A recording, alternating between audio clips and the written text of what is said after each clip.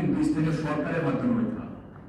আমাদের পানি উন্নয়ন বোর্ড বা এলজিইডি তারা যদি করে তাদের মতো করে তাহলে হবে। স্থানীয় সরকার প্রতিষ্ঠানগুলো, ইউনিয়ন পরিষদ, উপজেলা পরিষদ, পৌরসভা, সিটি কর্পোরেশন তাদেরকে ফ্রন্টলাইনে রেখে তাদেরকে সামনে নিয়ে যদি এই কর্মসূচিগুলো নেওয়া হয় এবং বাস্তবায়ন করা হয় তাহলেই টেকসই হবে। আমরা দেখতে চাই, আমাদের একটা প্রশ্ন এসেছে বর্তমান সরকার কোন ত্রুটি বিচ্যুতি আপনার পরিবর্তিত করেছে কিনা। আমরা জানি যে 12 ফেব্রুয়ারি নির্বাচন হয়ে বর্তমান সরকার দায়িত্ব গ্রহণ করেছে মাত্র কয়েক সপ্তাহ। সুতরাং এখনই আমরা বিশ্লেষণ করতে চাই না। আন্দোলন নিয়ে বা আমাদের কিছু বিষয়ে আমরা পরামর্শ দিতে চাই।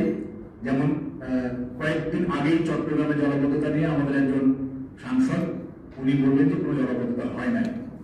এটা জলাবদ্ধতা হয়েছে কি হয়নি এটা কিন্তু বর্তমান সরকার বা বর্তমান সিস্টেমের কোনো দুর্বলতা নয়, এটা প্রাকৃতিক কারণে জলাবদ্ধতা হইতে হবে।